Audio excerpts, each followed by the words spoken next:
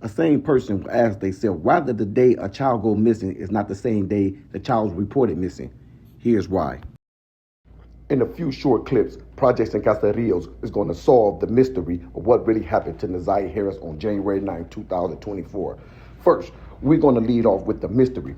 Why wasn't Naziah Harris reported missing until the next following day? Just listen to the clip of her auntie on when they went to file the report. When we called police, she said no, she will take it up in the morning.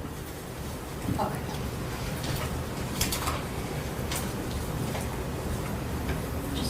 Now, the insecure Shannon had fell in love with Jarvis Butts at the age of 13 years old, and she thought that she had him for the rest of her life.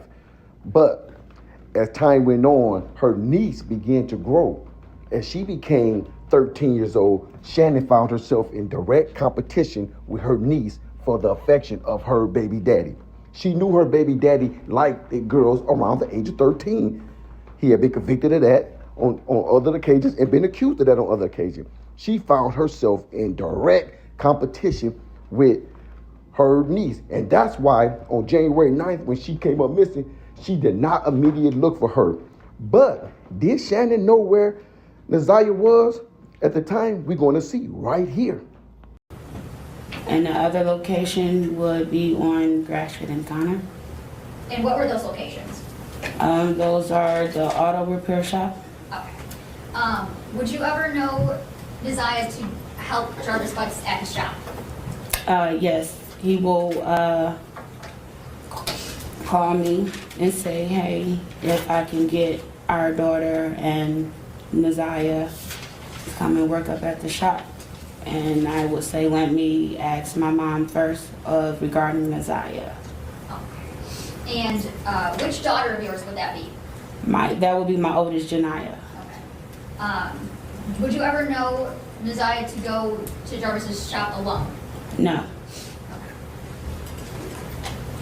Now, you just heard Shannon testify that she never known Naziah to go up to Jarvis' shop alone. Why would this 13-year-old be in the hands of this predator by herself?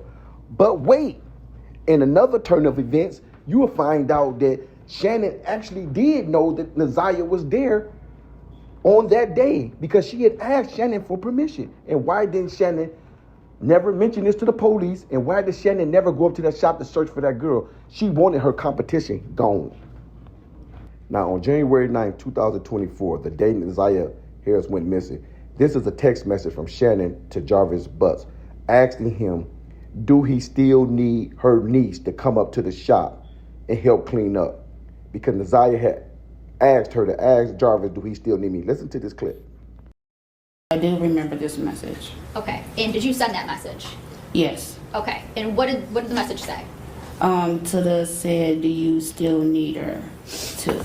Okay. And do you know what is that referring to? It was, Tilla had asked me to contact Jarvis and see if he still needed them to clean up. Okay. Now, by all counts and testimony, Naziah Harris was up at that shop until almost 8 o'clock that night. Shannon Harris, knowing that Tilla had asked her earlier, that's the nickname for Naziah Harris, earlier, that called Jarvis and see, do he still want me to come up there and clean up? She knew, because she made the call in the text to Jarvis about Naziah still coming up there to clean up. She knew there's a possibility that that young lady might be up there. They never went to go check. This lady, Shannon Harris, had became so jealous and envious of her niece.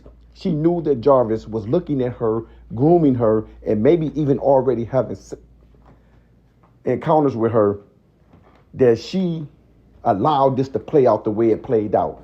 She didn't want Naziah to come home. She didn't want her competition around. She wanted Naziah gone. And let's just take a brief time to look at this case in a whole. Now, Naziah Harris had become a cash cow for her grandmother and competition for her auntie. This was a tragedy waiting to happen. This was an unavoidable tragedy for this young lady. She had become only a cash cow for Granny and a competition for her auntie. When her granny was asked specifically, is Jarvis allowed in the house? Only time she started rejecting Jarvis is after the other family members began to complain to the Detroit police, Clinton police, and Child Protective Services. Granny now don't want Jarvis Butts over because he could possibly mess up her cash cow. But she never had a problem with Jarvis coming over, seeing her 13-year-old daughter. So she wouldn't have had no problem with him coming over to see her 13-year-old granddaughter. What would be the difference? What would be the difference? The only difference is she would lose the funding she was getting for Naziah Harris. This is a cursed family, and I'm about to break it all down to you. Now let's talk realistically. Could Naziah Harris tragedy been avoided? Could the unlivening, kidnapping, and SA of Naziah Harris been avoided? Clear answer, no way. There's no way this could have been avoided. When you take a look at Annette Harris, the grandmother who was SA at 11 years old and began to have children, began to bear children at the age of 11 years old, who raised kids who all began to bear children before the age of 14 years old, including Naziah Harris' mother, and including the auntie, Shannon Harris, who's the key component to why Naziah Harris is no longer with us. We start off first with the grandmother, who unfortunately was SA herself and began to have children at 11 years old. What morals and what good qualities could she pass on to her kids if no one protected her when she was 11? She basically raised her kids the way she was raised, unprotected and available to any kind of predator. Now, Jarvis Butts is a predator of the worst kind. He can seek out not only children, which is his pleasure, but he can seek out weak families that would allow this kind of behavior to be accepted. Somehow, some way, he knows when the family is not guarding their children correctly. How did Naziah Harris fall into the hands of Jarvis Butts? You would think, well, it's because Shannon laid down, had 5 kids with this individual, and she brought this sexual predator into the house. But we gotta think. Shannon Harris was SA by Jarvis Butts. She conceived a child at the age of 13, and the child was eventually born when she was 14. So she was unprotected by a mother who was unprotected. Naziah Harris is actually Shannon's niece, whose mother deserted her and turned her over to a grandmother who was already allowing Shannon to be SA by this Jarvis Butt guy when she was 13, 14 years old. Jarvis Butts has a long history of SAing the Harris family. He had been accused by many other families, and basically the old Western mentality ran out of town because they weren't going to accept that kind of behavior around them. Someone caught him in the early 2000s, 2004, I'm thinking, and charged him with SAing a young minor, and he was convicted and sentenced to jail or that behavior. But he couldn't believe his luck when he found the Harris family. A family that's cursed, who has nothing but generation after generation after generation of individuals being SA, the ladies. And there seemed to be no men in sight. Messiah Harris was born into this environment. It doesn't take a psychic, Miss Cleo, or nobody to predict that this young lady was going to experience some kind of tragedy eventually in her life. When you're in the care of a grandmother who's allowing her own daughter to be SA by an individual, and as you're being raised in that environment, you're being groomed by the same individual that she says, I didn't know what you knew Jarvis Bus was into young women when he impregnated your 13-year-old daughter. So now, surprise, he wanted to impregnate your 13-year-old grandbaby? And that surprised you?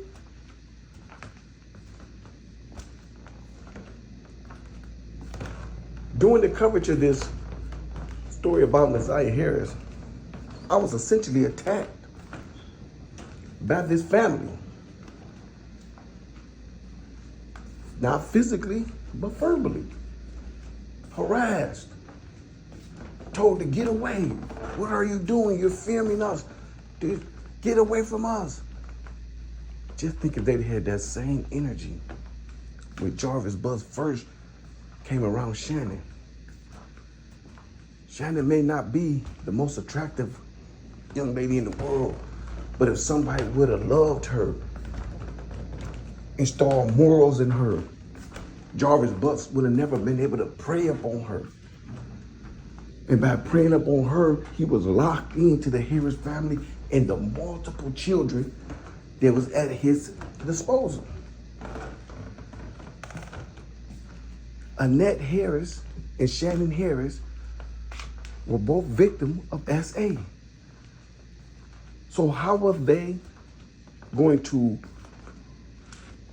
all of a sudden believe that they need to protect the younger women in their care? They essentially think this is normal behavior. Messiah Harris, unfortunately, was born into a cursed family.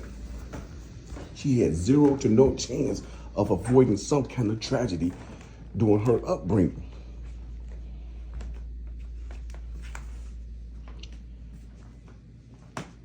It's sad that we come to this conclusion, but Jarvis Butt is a known predator who preyed not only upon the children, he preyed upon the adults in the family. He has to find weak families in order to perpetuate his sick and sinister behavior. He has to find insecure women who easily fall in love, who's willing to do his bidding.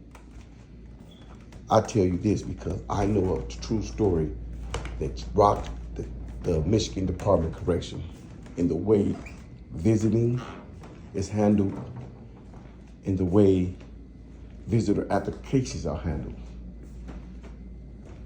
Because before, in Michigan, anyone can visit anyone, and anyone can bring any kind of child up to visit. You wouldn't believe that there was a woman bringing children up to the penitentiary to be molested by a person who was locked up for SA of a minor. This is the mentality of women who are insecure and have low self-esteem. They are willing to sacrifice even the kids, for the love and admiration of a man. Shannon seen Naziah as competition. She knows that when she was Naziah's age, Jarvis Butts was somehow, some way, sexually attracted to her. So she knows Naziah is next on his list. This is the real color purple. This is the real color purple.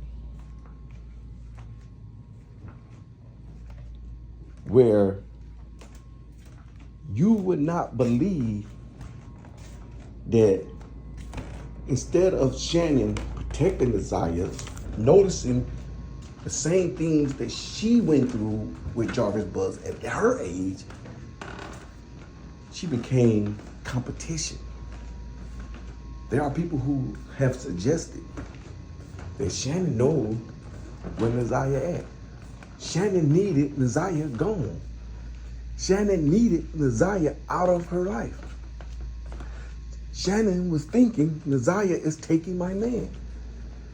And Shannon knows that at that same age,